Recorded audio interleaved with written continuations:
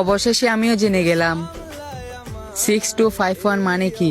কুমিল্লা রসমালাই, কুষ্টিয়ার খাজা এসবই খাইতে লাগে দারুণ মজা। তবে এই মজার চল আমি একটা কথা বলতে চাই, পানের ভিতরে চুন্নার দিনে হয় না ঠোঁট লাল, ঠিক তেমনি টিকটকে রোস্ট না করলে ভালো লাগে না কিছুই বাল।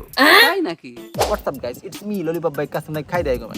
যাও আজকে আমি কথা বলবো বাংলাদেশ কেমন সেটা বাংলা তাকানা টিকটকের নুসরাতকে নিয়ে, যার কথাটা শুনলে ইচ্ছা হবে নিজের পাতায় বেতের কাটা দিয়ে চাই না ফেতা ফেতা করে ফেলি, কারণ অন্য ভাষা তো আর করা যাবে না। তাই কাকু প্লিজ আমাকে শয়তান বাচ্চা বলবেন না। আসসালামু আলাইকুম। আমাকে সালাম দিও না, তাহির কাকুকে সুন্দর একটা সালাম দিও। আসসালামু আলাইকুম।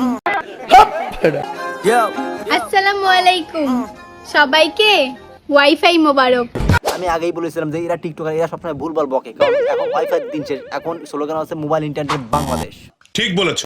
যারা একদিন টিকটক ভিডিও আপলোড না করলে থাকতে পারতো না, তারা এই 6 দিন কিভাবে ছিল? কি অবস্থা ভাই বোনেরা? যারা তারা নুসরাতের মতো টিকটক মানে ভূত আছে, তাদের কাছে ইন্টারনেট ছাড়া জীবন জেলখানার মতো, কারণ তারা 2 বেলা ভাত না খেয়ে থাকতে পারে, কিন্তু টিকটকে ভিডিও আপলোড করা ছাড়া তারা কিছুতেই থাকতে পারে না। কি কষ্ট মুই হাসা কইছি কাকু।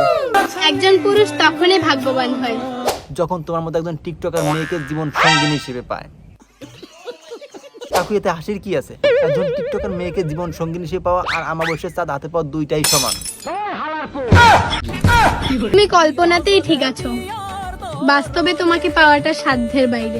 আমি আগেই বলেছিলাম যে টিকটকের বুদ্ধি মাথায় থাকে না, এদের বুদ্ধি থেকে হাঁটুতে, কারণ যে বালটা আমি বাস্তবে পাবো না সেই বালটা নিয়ে কল্পনা করা কোনো স্বাভাবিক মানুষের কাজ না। এখন টিকটকের দ্বারা এই সমস্ত আজারি চিন্তা ভাবনা কল্পনা করা সম্ভব।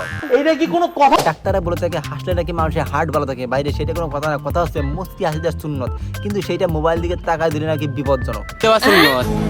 কিন্তু মোবাইলের দিকে তাকিয়ে দিলে বিপজ্জনক।